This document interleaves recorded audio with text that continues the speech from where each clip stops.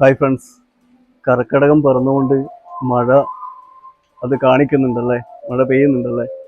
അപ്പോൾ ഇന്ന് കർക്കിടക മാസമായതുകൊണ്ട് നമ്മളെ നാട്ടിൽ തന്നെയുള്ള ഇരിട്ടിയിലുള്ള ഒരു നാലമ്പല ദർശനത്തിന് വേണ്ടിയിട്ട് വന്നിട്ടുള്ളത്. ഇരിട്ടിയിൽ പായത്തുള്ള ഒരു ക്ഷേത്രത്തിലാണ് ഞാനിപ്പോൾ ഉള്ളത്. ക്ഷേത്രത്തിൻ്റെ കൂടുതൽ വിശേഷങ്ങൾ നമുക്കിവിടുന്ന് ചോദിക്കാം. ക്ഷേത്രത്തിൻ്റെ വിശേഷങ്ങളിലേക്ക് നമുക്ക് പോകാം.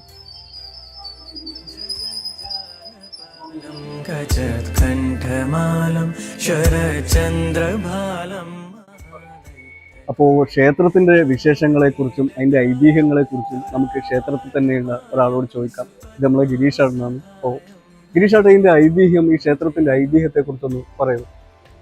ഐതിഹ്യം എന്ന് പറയുമ്പോൾ വർഷങ്ങൾക്ക് മുമ്പ്, ആയിരക്കണക്കിന് വർഷങ്ങൾക്ക് മുമ്പ് പ്രധാനപ്പെട്ട ആചാര്യന്മാർ ഇവിടെ വന്ന് ഋഷീശ്വരന്മാരാൽ പ്രതിഷ്ഠ നടത്തി എന്നാണ് അറിയപ്പെടുന്നത്. അതല്ലേ. അതിനുശേഷം ഒരു 500 വർഷക്കാലമായിട്ട് ക്ഷേത്രത്തിൽ പ്രത്യേകിച്ച് ഒന്നുമില്ല, എല്ലാം മണ്ണടിഞ്ഞു പോയി കാലപ്പഴക്കത്താൽ. അതിനുശേഷം 2019 ആണ് പ്രതിഷ്ഠ നടത്തിയത്. 2019 ഏപ്രിൽ 17 പ്രതിഷ്ഠാകർമ്മം നിർവഹിച്ചത്.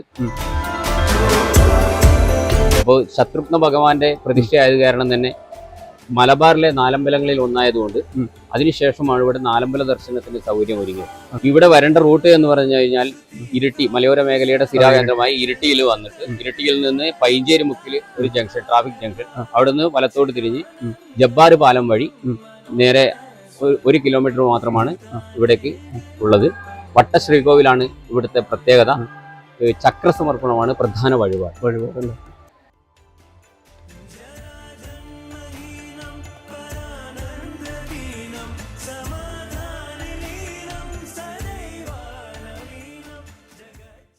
ഭഗവാന്റെ ഒരുപാട് ചുമർ ചിത്രങ്ങൾ ഇവിടെ പ്രദർശിപ്പിച്ചിട്ടുണ്ട്.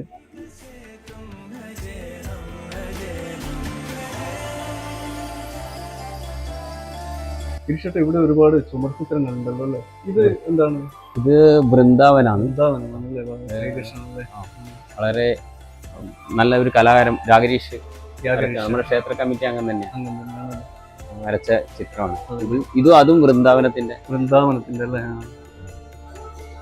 അതുപോലെ തന്നെ അനന്തശയനാണ് അപ്പുറത്തുള്ളത്. അനന്തശയനല്ലേ ഭഗവാന്റെ അല്ലേ.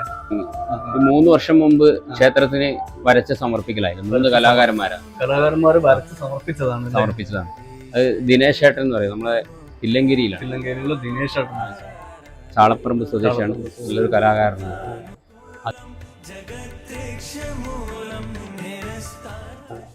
അതുപോലെ തന്നെ ഇത് മനോജ് ചേട്ടൻ നാറാത്തുള്ള. ഇതെന്താണ്? ഇത് ശ്രീരാമഭട്ട വിഷയം. ശ്രീരാമന്റെ ഒരു വിഷുലാണ്. എന്ത് ഭംഗിയാ കാണാൻ കേട്ടോ.